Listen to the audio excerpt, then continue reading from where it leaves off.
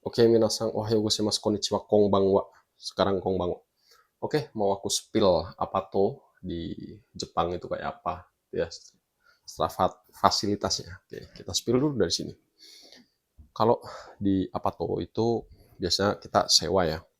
Kalau sewa di sini itu biasanya sudah lengkap dengan isinya, masuk kompor, kulkas, apa namanya, pemanas ya, pemanas, ada foto juga.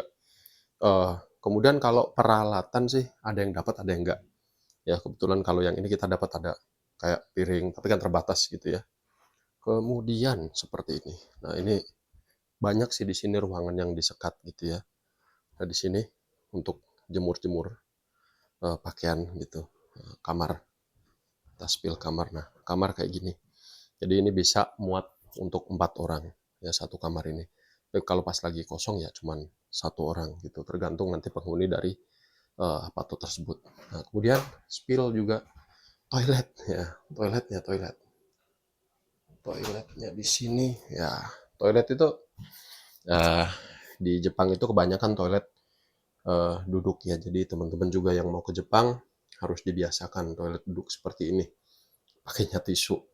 Nah kalau ini kebetulan Jido otomatis, jadi ada eco washernya, jadi dia bisa nyemprot.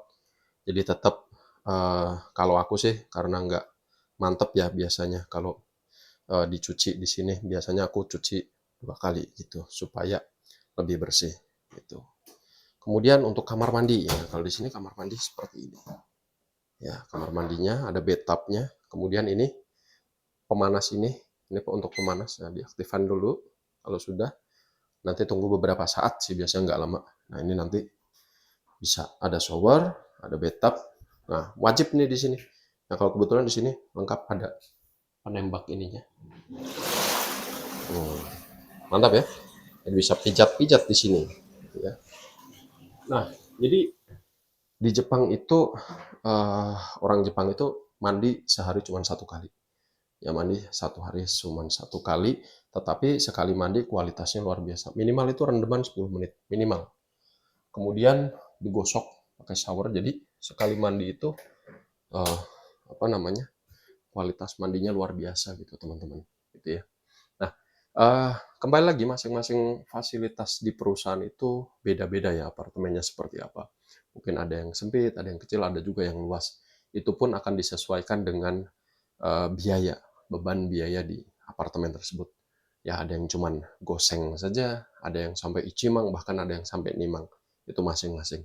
Pada dasarnya, teman-teman selama di Jepang secara fasilitas, kalau dibandingkan dengan di Indonesia ini jauh-jauh lebih layak gitu. Apalagi saya termasuk orang-orang ya keluarga nelayan yang hmm, hanya kesempatan kecil ya bisa hidup seperti ini. Jadi kalau menurut saya ini sangat layak sekali. Kemudian yang teman-teman penting juga gitu ya di sini itu harus disoji. Nah perhatikan di sini pakainya dia wallpaper. Jadi kenapa harus wajib disoji gitu ya rutin? Karena kalau ini sampai kotor misalnya, ada juga apartemen yang disewakan itu tidak boleh ada rokok gitu ya. Nah, kenapa nggak boleh ada rokok? Dia bakal bekas, ya, bakal bekas. Bukan hanya bekas saja, aromanya itu kecium. Biasanya pemilik apartemen kalau dia nggak mau gitu ya, udah ada perjanjian atau peraturan, ini dia minta diganti semua satu wallpaper ini. Kemudian otomatis nanti ada biaya ganti untuk kebersihan itu yang sudah-sudah itu biasanya rata-rata di sampai Sanjumang. Sanjumang itu sekitar 30 jutaan. Ketika di akhir kita mau keluar apartemen gitu teman-teman. Jadi itu perlu diwaspadai oleh teman-teman. Jadi setiap hari kita habis masak ya langsung dibersihkan ya, peralatan semuanya harus wajib disoji semuanya. Sampah. Nah, ini bumbetsu ya atau dipisah-pisah botol sendiri dan dia ada jadwal untuk dikeluarnya kapan. Jadi benar-benar di Jepang ini kita harus tertib ya, patuh aturan gitu teman-teman ya.